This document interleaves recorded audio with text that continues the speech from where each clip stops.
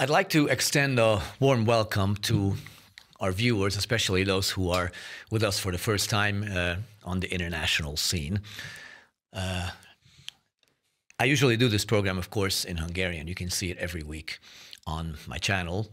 It's called the Political Hobbyist, and occasionally I do have international guests, which have included former Australian Prime Minister Tony Abbott, distinguished professor of political science from the University of Chicago, John Mearsheimer, or American conservative journalist Rod Dreher.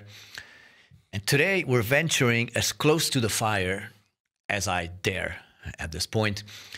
My guest today was political director of the White House under George W. Bush. He is the president of the American Conservative Union, and he's a very close ally and friend of Donald Trump.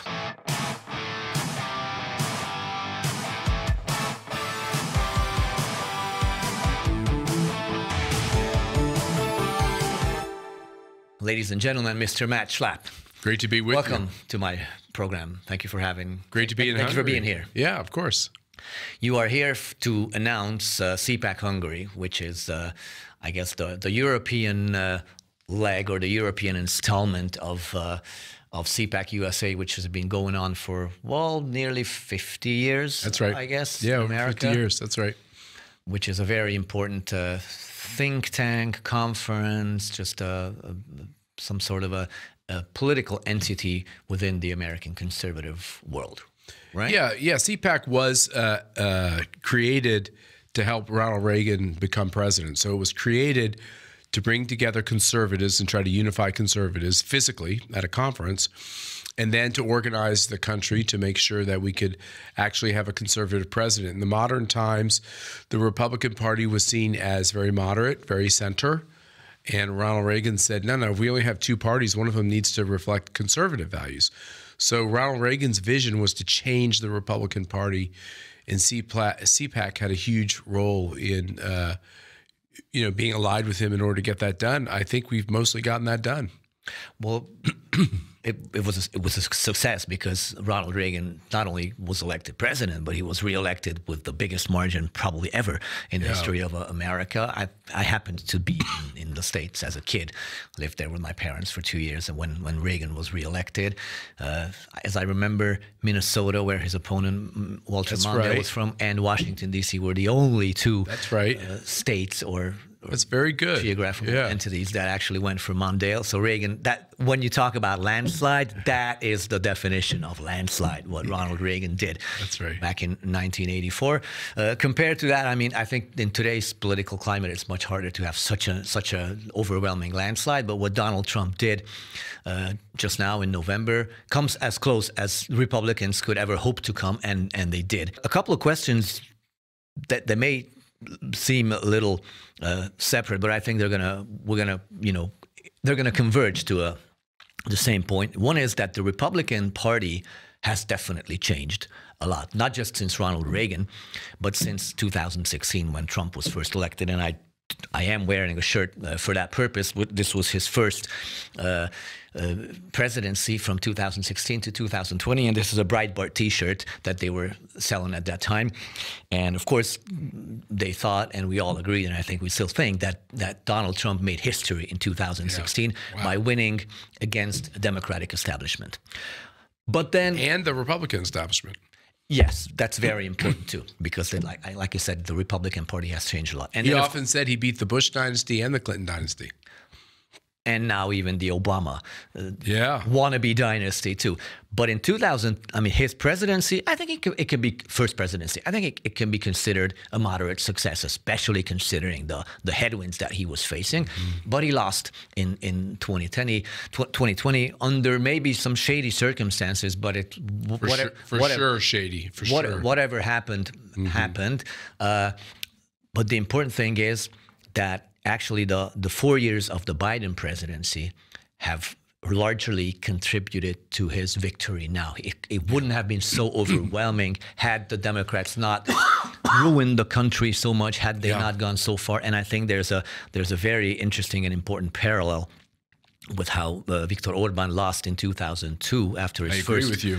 Yeah. after a fairly successful 4 years in power, but he was going against the whole post-communist establishment, like Trump was going against the Democrat and Rhino Republican in name only establishment. And during the 8 years that Orbán was not in power, he learned everything he needed to learn. He put everything together politically that he needed to not just to have a sweeping victory in 2010, but then to govern in a totally different manner with a lot more strength, power, just like Trump seems to be doing now. So like I said, I'm sorry if I was a little longer, but you understand what I'm trying to get at, that this Trump presidency looks completely different from the previous one. Well, a couple things there. First of all, one of the things that I've talked to your prime minister about is how he, during those dark times, when after the 2020 election, how Prime Minister Orbán needed to play the role of reminding Donald Trump he's not the only one who lost power and then got it back. The Viktor Orbán study, it was a great inspiration, source of inspiration, encouragement to President Trump. I talked to President Trump about it as well. The other thing is to remember is, yes, you were in America. Ronald Reagan has this great landslide. George W. Bush as vice president has a great landslide in 1988. Not as big, but still big enough. But a landslide. Donald Trump would have had a landslide in every way, except for the fact that the big difference between now and the 80s is when the states went woke in America, like California and New York. Remember, these were bipartisan states then. Reagan had been governor of California. He and Bush won California, the presidency. States like Massachusetts and New York, obviously he carried them because you just walked through it, but they were close. They elected, senators who were George Pataki, governor of New York. That's even later, right? So what's my point in saying this? When the states went woke, when the Democrats got enough power, they changed all the election laws.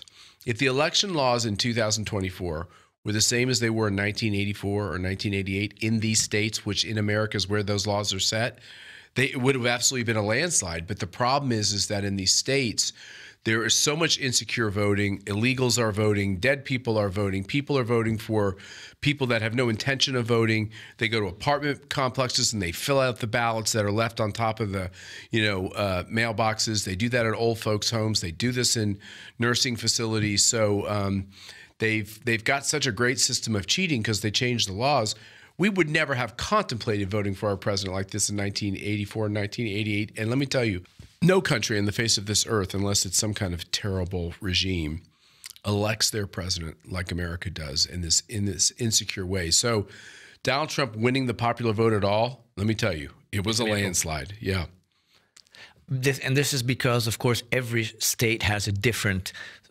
There's a federal law on how the election, but that's just like a blanket law. There are federal guidelines on what you can and can't do, right. But the states from there can pretty much. But the execution of how it's actually happening and how you have the possibilities to challenge the results legally if you see something wrong. It varies state by state. The ballots vary state by state. Is there a movement or at least some kind of a thought to harmonize it all, or would that be the infringement of the states' rights, and it would go against the federal nature of the American Constitution, this is one of the fights that sometimes I have with other conservatives. I feel like when you're in the last stages of your democracy, because the communists have taken over everything, you have to rethink some of your pragmatism on questions like, I would never want a federal law on, conservatives tend to say, let the states do everything. But there are times when you're in the final throes of a democracy where if you have the power in Congress and you can get it passed, I think you ought to consider doing that. And I think on election issues, I would be very prone to wanting to make this stop, because I'll give you an example. Every state that's moved, there's this move by NGOs to change our laws in our country so that George Soros and these other people can run our country. And one of the things they've done is they've normalized this idea that everyone should just vote by mail. Just vote by mail. So simple. We mail you a ballot, and upon your convenience, you fill it out and you turn it in, you sign the envelope, and it's just easier. And so more people will vote, which will make our democracy stronger. Lie. right? The reason why they want all mail-in ballots, because every state where that's happened, save one, Utah is still a Republican state, but it's changing. Every state where they've done mail-in ballots, what do you think happens? The socialists win every race. The states went from 50-50 to being overwhelmingly woke socialists. So with all their elected officials, the people are the same. The state has not changed, but the election results go from being 50-50 to being overwhelmingly socialist. So of course they want it, and they're doing this in every state they can in America. And what happens is when they get a little bit of power, they get barely a majority in the state legislature, just get one more vote than they need, they ram this through. If you could change election laws in democracies, you can get rid of democracies, and that's what's happening. That's what we're on the verge of in America. And that may be, and let's hope it's happening, we managed to put a stop to it. And thank God he won. Yeah. And I literally mean that. Yeah. I mean an uppercase G. Absolutely. I mean, thank God he won. I don't want to speak for God, because I think lightning could come down on me, but I believe that his hand was all over this. Oh, come on. Don't restrain yourself. This is Hungary. You can talk about God here and on this program, and you're not going to get canceled by the mob or anything. No. No, especially on my program. I love about being here. One of the things I love about being here is that you're proud of being Hungarian and you're proud of your history. I think even people who don't go to church or believe in God love the fact that Hungary is Christian. It's part of the whole history. And how did America get so turned around allow these outsiders to get us so turned around on these basic concepts? I don't know, but I'm hoping we got them on the run. Well, the West, after losing their religious Christianity, Western Europe and the U.S. Also, I think the U.S. to a less extent, it's still in better shape than Western Europe.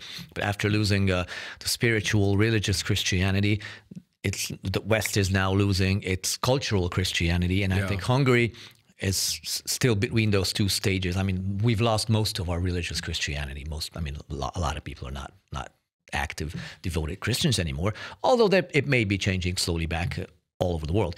But we still kept our cultural Christianity, and I think that's a really important thing. And now that Trump has gotten elected, thank God, with the capital G, I think we have a chance of stopping the decline of cultural Christianity and maybe even turning it around and getting back slowly but surely to spiritual Christianity. But that's a different... I hate to tell everyone, but I think it's pretty obvious.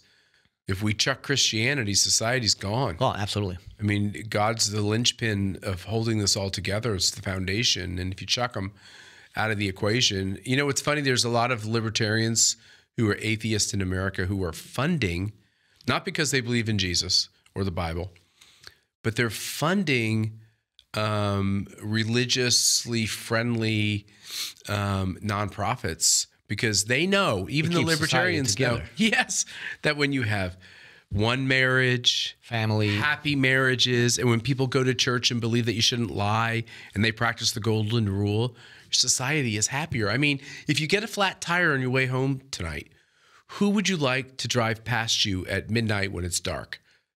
A nice, sweet Christian man or woman who believes that they should live for others, or a transgender, or a selfish, a mean, selfish, woke communist who doesn't give a crap about you, who probably who believes that you should even own that car, probably wants to take it from you. Yeah, because you're a privileged, rich, white guy, and he the answer to my question, right? It's pretty obvious. Yeah, deserves it.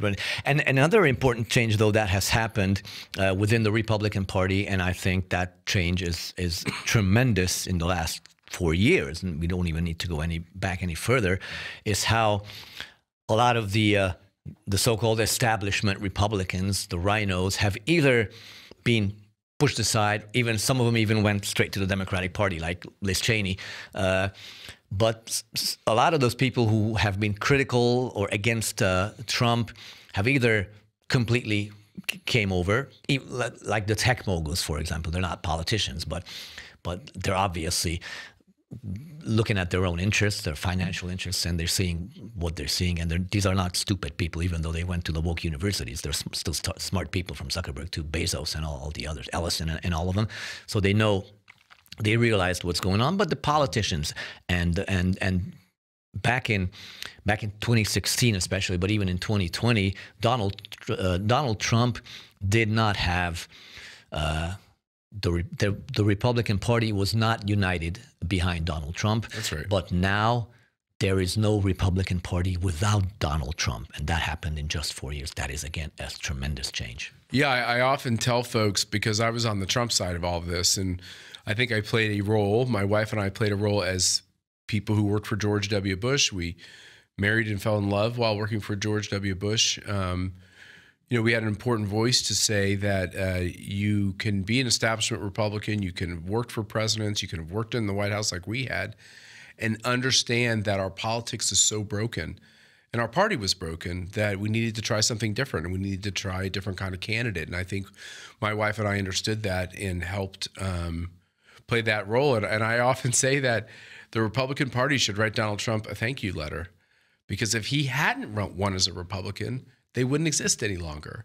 I don't think they understand that, but I know that to be true. If he had run as an independent, it's very hard to win. He probably would have figured out a way to win. It's just like, I've watched this man. I mean, it's how he's wired. So I'm very thankful he ran as a Republican. And look, CPAC played a big role in, we were the first group to invite Tulsi Gabbard to speak at a CPAC event. We were the first group to invite Robert F. Kennedy to speak at a conservative event. We were the first group to invite Donald Trump to speak at a conservative event. CPAC has always played this role of encouraging Democrats and former liberals who are in kind of political no man's land to come talk to us. And even though we had a lot of disagreements, I got a lot of criticism for those decisions. I think those, much like the decision to have Viktor Orban come speak at CPAC, which made the world go crazy, in hindsight, these were the right decisions.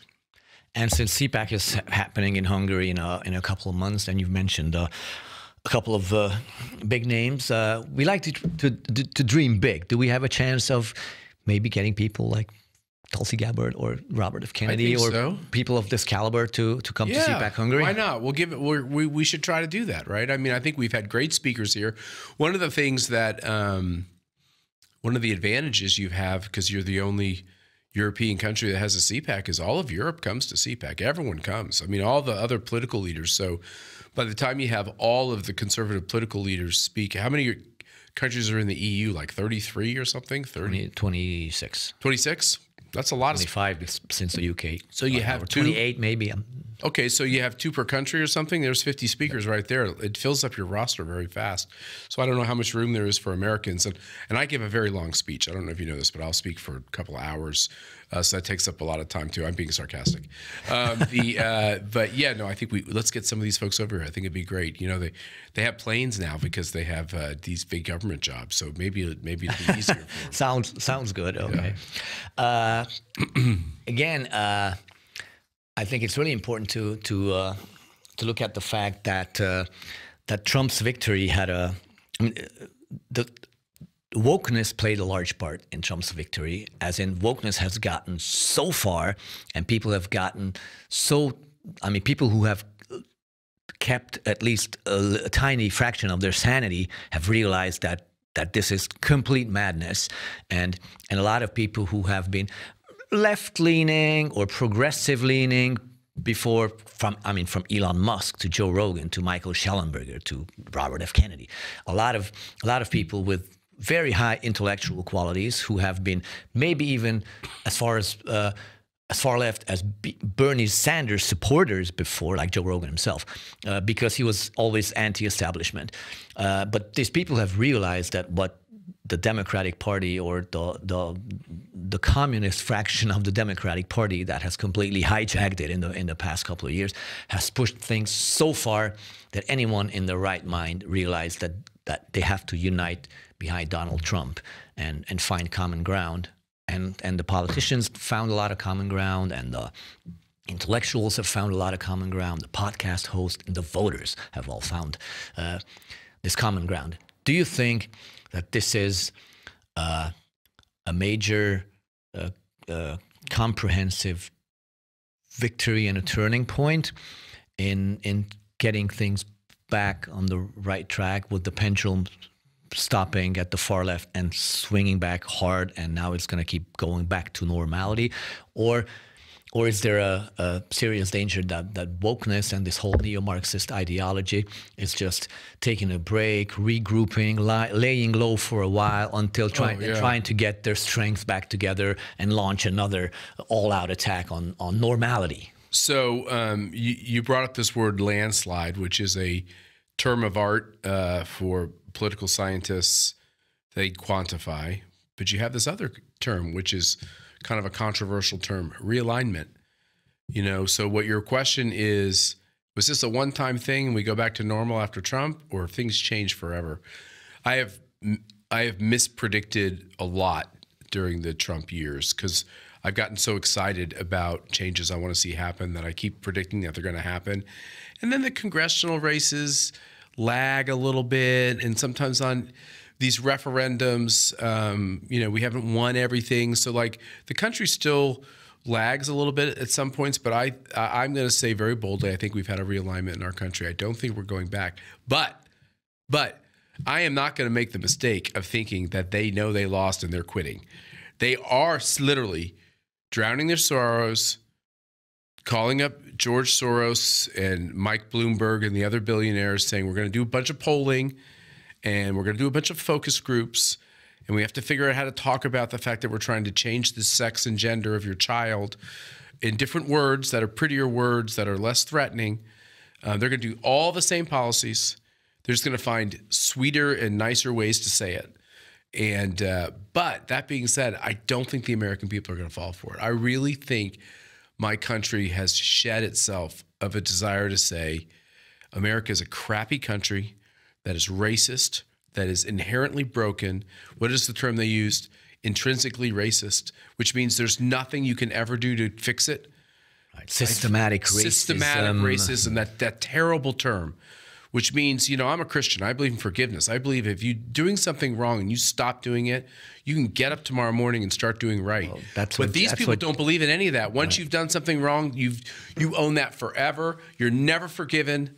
And the only way that society can be bettered if we destroy you, or destroy, in this case, destroy the country. And I think the American people are onto them. And the way, I think the two things that brought it home the most, well, three things brought it home the most.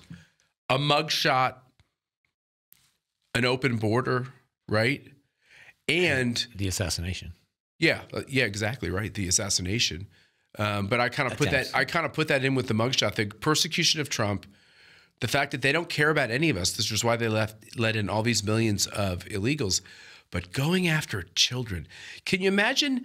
There's one thing you just don't put together: children and sex. You just don't do it. Everyone knows that. I mean, it doesn't even have to be homosexuality. No, you just don't. Just don't. Like, I was a tennis pro and I taught little kids, and you know, I'm someone that has a sarcastic sense of humor. There's places you just don't go with kids. You just don't. Yep. They're too tender. They're too young.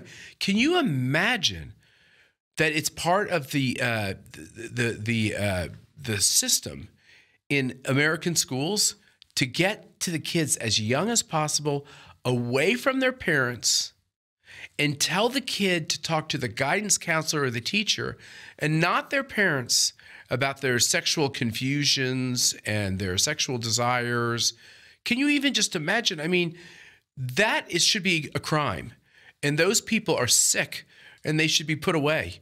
And it was systematic in our school systems for that to happen, to the point where you have people in California who were prosecuted because they wouldn't bring their kids to a plastic surgeon to start changing their body, to change the gender, or to, of course, it's a myth you can change your gender, but like to change the appearances of your body.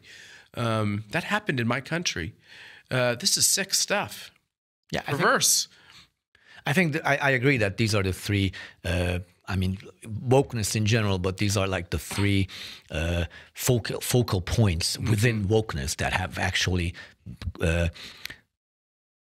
shed some light in many. Nobody was talking about Obamacare and socialized medicine, as much as I hate that.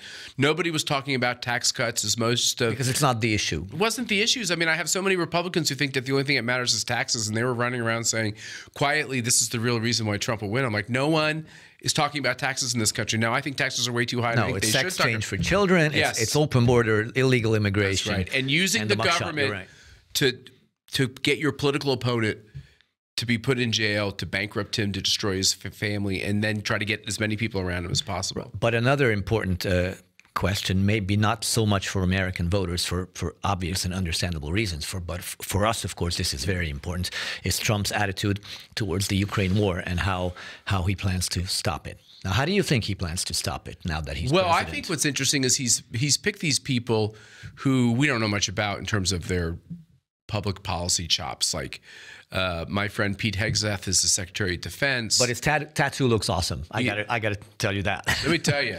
I think there's a lot of guys who look at Pete Hegseth and say, "Come on, God, why couldn't you made me so sparkly, so masculine?" Which is again becoming a good word. That's right. He, by the way, a really nice guy too. And Mike Waltz, who's a friend of mine over there at the NSC advisor, and then you have Marco Rubio, who we know more about because he's been in the Senate as Secretary of State, and then there's other people that are important in this process too. And they're going to sit around with the president and they're all going to try to get him to do what they want him to do. I think Marco Rubio's been more of a neocon. Yeah, he's more of a war hog than the others. That's right. I don't really know where Waltz is on those questions. Does that matter? Yeah, because my wife was an advisor to the president. I guess you could call me an unofficial advisor to the president. He listens to a wide variety of people, and it does impact. This idea that he's closed-minded and doesn't listen and just does what he wants is wrong. He surveys people and talks to people about all the relevant issues, and then he comes to, he has his own head about these things, and he'll make up his mind on what he thinks the right thing to do is. Why do I say all that? Because these things are more nuanced than sometimes come across in one story or in a presidential campaign. My belief is that if anybody can bring this war to a close quickly, it'll be the combination of Donald Trump and Viktor Orban. Viktor Orban wanted to bring it to a close at the very beginning, and Joe Biden would have nothing to do with it because for some crazy reason, Joe Biden was did everything he could to make these two wars get worse and worse. Was it Joe Biden or somebody who held him up on the stage? It's a really fair point. And this is the biggest scandal my country has ever had, which is the idea that the news media covered for a senile man who had no business having the launch codes for nuclear weapons, making all of these decisions. And look, it's why we had two wars, because Putin knew he could do anything he wanted, and so did Iran. And when you put somebody, when the media covers up for a man who's senile, and really never very smart to begin with, and I think everybody knows that in my country, the world can turn south very quickly, and that's exactly what happened. And you see a significant chance of ending the war within the foreseeable, the near foreseeable future. I'm the American here in your country. You guys live here. You guys live this war every day. Yeah, but I mean, from Trump's perspective or that side, I just don't think America's ever had a strategy. I think America was giving Zelensky money because of a moral decision that Putin is bad and he shouldn't have invaded Ukraine. By the way, I think Putin is bad, and I don't think he should have invaded Ukraine. I agree with that. That being said, you don't start funding a war unless you have a plan. That is not you don't make a moral question and then say, so that doesn't determine how many billions of dollars and how many missiles you get and how many bombers you get to use because you have a moral decision. The money and military decisions have to be based around a strategy, else your morality can get you into a lot of trouble. And I think that's what happened. And Joe Biden could have made the case to the American people, and I think the American people might have been able to be won over that this was a just cause. But he never made the case. All he did is attack those of us who were dubious over the fact that we didn't have a plan. And we're also very dubious over this idea that Ukraine should be in NATO. And we were also very dubious to this idea that Vladimir Putin, who has the control of a vast array of nuclear weapons, 6,000 warheads, is someone that we need to get into such a conflict with to potentially start a third world war. There's some cautions and some flags along this path that Joe Biden was reckless, that he disregarded, that he didn't talk to the American people about. And one of the great things about the American people is if you really give us a chance to look at something over enough time, I think we come down on the right side many, many, many times. And I think the American people do not see why their treasure that they work so hard for has to go to fund an effort that they don't really understand. And they certainly don't understand what is the goal and what are we going to get out of this. We only have a few minutes left, but another, I think, important topic that I would like to talk a little about is, of course, the Middle East, because it's not just the Ukraine war. That's a big international geopolitical question right now that Trump needs to solve one way or another. But the Middle East is also one of those.